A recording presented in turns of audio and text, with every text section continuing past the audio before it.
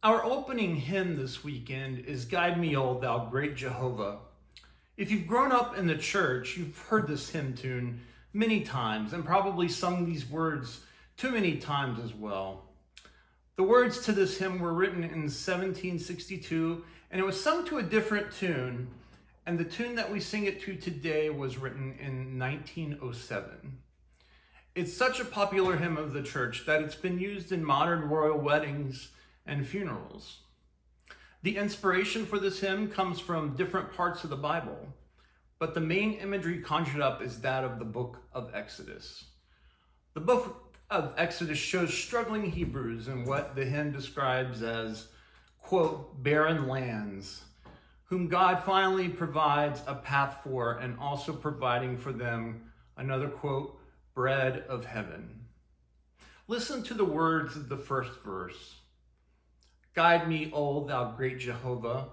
And it's actually guide me, O thou great Redeemer in the original, but now we say Jehovah in the modern version.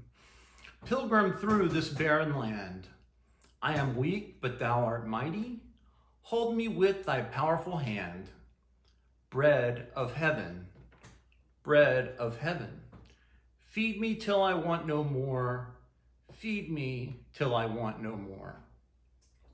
Now, what I love about this, and it happens at the end of each verse, is that the final two phrases are repeated. It starts with the gift and then ends with the result of God's love for God's children. Bread of heaven, feed me till I want no more. Feed me till I want no more. And in the next verse we hear, strong deliverer, ever be my strength and shield, ever be my strength and shield.